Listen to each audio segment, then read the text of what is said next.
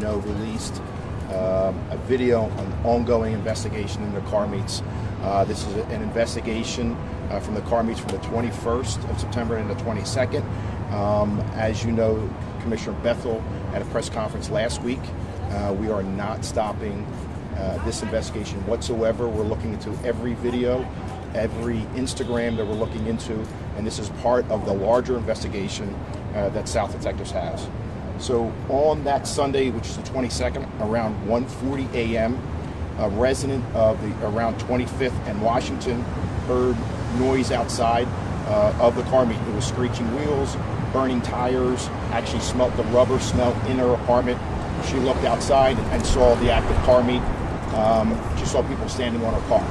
So she went outside to tell the people to get off her car, and during that, a confrontation happened where she was struck by a female in the back. During that confrontation, another male threw a traffic barrel, an orange traffic barrel at her, hit her in the back and knocked her down.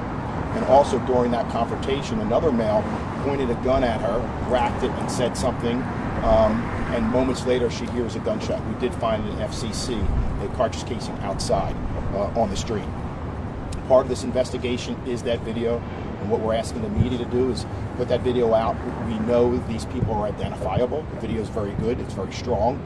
There's a lot of violence in it. But we know those folks can be identified by your viewers, and we're asking them, have your attorney call South Detectives, and that's 215-686-3013, 3014, and turn your people in, because we will find you.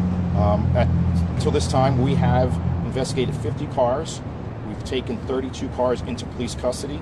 We've made 10 arrests, and we've served over 50 search warrants through social media and other means to find out who exactly is involved in the car meets. We've locked up promoters. We locked up people operating drones. We've locked up people actually doing the drifting. We still have 10 cars in custody, and if the judge allows us, we'll be crushing those cars.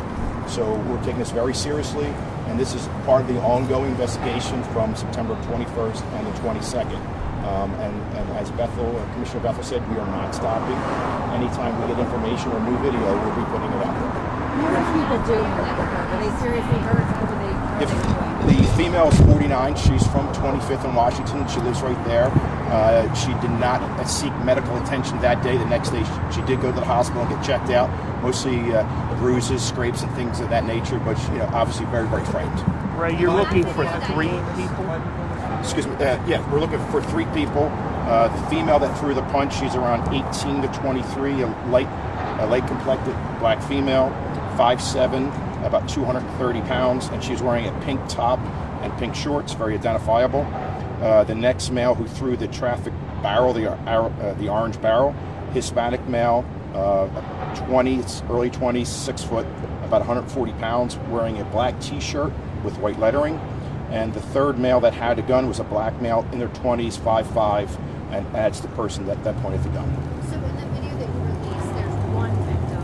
One victim. And then as far as the vandalism from that event in that area, 25th Washington, did it also include any property damage besides how many vehicles, and then was there any additional? She had slight property damage to her car, and no other folks came to us in reference to property damage, but there was damage to the street, and that was around 5,000 at an intersection that were damaged, that had to be restriped and things of that nature. So there was property damage in reference to city property, but she had some minor scrapes on her car. It looked like a guy was getting hit too with the gun. That was a woman? That was a female. Yep. Okay. Yeah, it was kind of grainy, and it was a female. Yep. Inspector, can you talk about the challenges you guys face in responding to these car meets? You've heard some frustration from people who don't understand why you can't just go in. Talk about the response to these and what challenges. It's the response at times can be difficult because, again, it's 1:40 in the morning. There's not as many police officers on the street at that time of day. It's inherently dangerous. We saw that these individuals were on top of police cars. We have a very strict pursuit policy where we don't pursue. So there is a lot of challenges, but you heard Bethel last week.